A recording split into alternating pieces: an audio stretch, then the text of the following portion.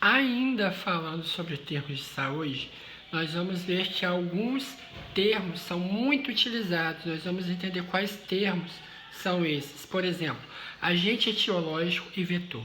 Qual a diferença entre agente etiológico e vetor? O agente etiológico, ele é o agente causador da doença. Ele é o que vai causar a doença, que vai fazer ter sintomas. Geralmente ele é um vírus, tá? O vetor, ele não causa a doença, mas transporta o agente etiológico. A gente já sabe que é a doença em si. Um grande exemplo que a gente tem é a dengue. A dengue, a gente sabe que o que causa a dengue é um vírus. A dengue, ela é um vírus. A causa é um vírus. Mas quem carrega esse vírus aí? É a fêmea do mosquito Aedes aegypti. Esse mosquito fêmea, ele transporta o vírus causador da dengue. Então, a gente sabe agora que o agente etiológico é o causador da doença. Então, quem causa a doença aqui é o vírus. Então, o vírus, ele é o agente etiológico, tá? O agente etiológico. E o que vai carregar esse vírus aí para a pessoa é a fêmea do mosquito. Então, a fêmea do mosquito, ela é o vetor. Isso aí, esses são dois termos importantes dentro de termos de saúde: agente etiológico e vetor, tá? Nós vamos ver outros termos relacionados aí. Mas vamos entender primeiro o que é um vírus, tá? O que é um vírus? O vírus, hoje em dia a gente está falando muito sobre ele aí, né? Em questão da Covid-19, do coronavírus. Vamos ver o que é um vírus, então. O vírus, eles não são formados por células, ou seja, eles são chamados de acelulares, não apresentam células, tá? Eles podem apresentar formas diferenciadas. Apesar deles não possuírem células, eles possuem uma cápsula, como se fosse uma proteção ali, feita de proteína, onde vai ficar esse material genético dele ali. Eles sofrem mutações genéticas. Além disso, conseguem se reproduzir. Por que eles sofrem mutações genéticas? Eles sofrem mutações genéticas porque eles precisam penetrar as células aí, tá? Vamos dar continuidade. São seres microscópicos, conseguem invadir as células, o que eu acabei de falar ali. Eles invadindo essas células, eles são chamados de parasitas obrigatórios, porque eles vão parasitando, parando aquela célula ali e vão se multiplicando. Só podem ser vistos com o auxílio do microscópio. Quando eu digo mutações, por quê? Vamos supor, eu tenho uma célula aqui eu tenho o vírus. Ele vai tentar penetrar essa célula.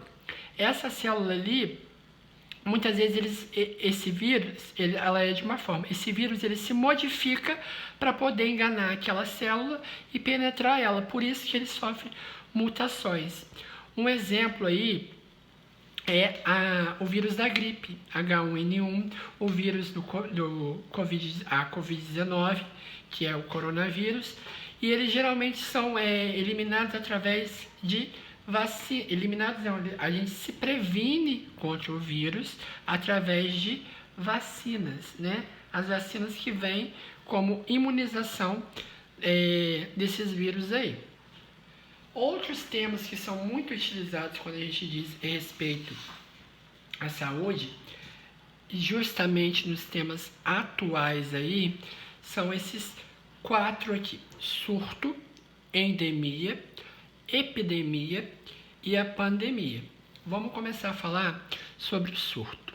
O que é um surto? É o aumento repentino do número de casos em uma região específica. Um exemplo que a gente tem é a dengue. Vamos supor, Barra Mansa. Barra Mansa no mês do calor teve muitos casos de dengue. Teve um surto de dengue, vamos dizer assim. Quando eu falo surto, é que aconteceu o número de casos daquela doença ali, mas só em uma determinada região. Uma região específica, aumentou o número de casos muito rápido, mas em uma região só. Isso eu chamo de surto. A endemia, quando uma doença ou agente infeccioso tem ocorrência relativamente comum e constante em determinadas regiões, tá? Em determinada região. Por exemplo, a malária. Vamos supor, determinada doença acontece, é comum acontecer em determinada região, por exemplo, a malária. Lá na Amazônia, constantemente, frequentemente, é muito comum surgir pessoas com malária lá, endêmica. Por que a gente aprendeu que endêmico, o termo endêmico, é quando eu digo quando se diz respeito a determinada região, acontece somente naquela região. A endemia vem dizendo isso também, que acontece muito naquela região, tá? A epidemia é o aumento brusco, o que é isso? O aumento rápido e temporário de determinada doença na população em diversas regiões, em muitas regiões aí, tá? Mais de uma região acontecendo ao mesmo tempo, aumentando gradativamente, aumentando, vamos dizer assim, bruscamente, muito rapidamente. Isso estava acontecendo com o coronavírus. O coronavírus, por exemplo, primeiramente aconteceu brusco, ou seja, rápido e temporário em várias regiões, muitas regiões. Só que, não era no planeta, no globo terrestre inteiro, não era quase em todas as regiões do planeta. Então, ele era considerado uma epidemia. Isso também aconteceu em 2018 com Ebola. Aí, por que se tornou uma pandemia? Vamos ver o que é uma pandemia. É quando a epidemia se espalha por mais regiões ainda. É o que aconteceu com o coronavírus aí. Se estendeu por diversas regiões, ou seja, tomou uma proporção muito grande.